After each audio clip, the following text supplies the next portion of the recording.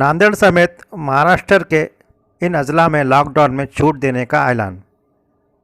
रियासती हुकूमत ने कल 15 जून तक लॉकडाउन में तोसी कर दी है, लेकिन ब्रेक द चेन के तहत कुछ पाबंदियों में छूट भी दी है। इसी ज़िम्मन में आज नांदेड़ जिला कलेक्टर डॉक्टर विपिन ईटनकर ने भी अहकाम जारी करते हुए कहा है कि रियासत ने ब्रेक द चेन के तहत कुछ तब्दीलियां की जा रही हैं, जिसके मुताबिक अब अनलॉक के तहत नांदेड़ ज़िले में तमाम ज़रूरी अशिया की दुकानों को सुबह 7 तक दोपहर 2 बजे तक खुली रखने की इजाज़त दी गई है।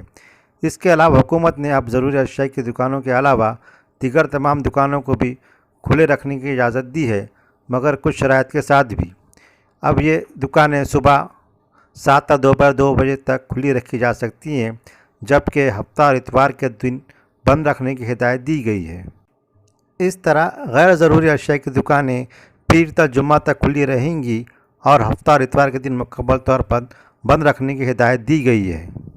हुकूमत के इस फैसले से अवाम ने इत्मीनान की सांस ज़रूर ली है, मगर ताजिरों का कहना है कि नांदेड़ में कोरोना के मामलात में बहुत कमी आई है, इसलिए 2 बजे के बजाय शाम 5 बजे तक दुकानें खुली रखने की इजाज़त दी जाए। हुकूमत ने महाराष्ट्र के जिन अजला में कोरोना के पॉजिटिव मामले का तनासुब 10% से कम है, वहाँ पर लॉकडाउन में छूट दी है।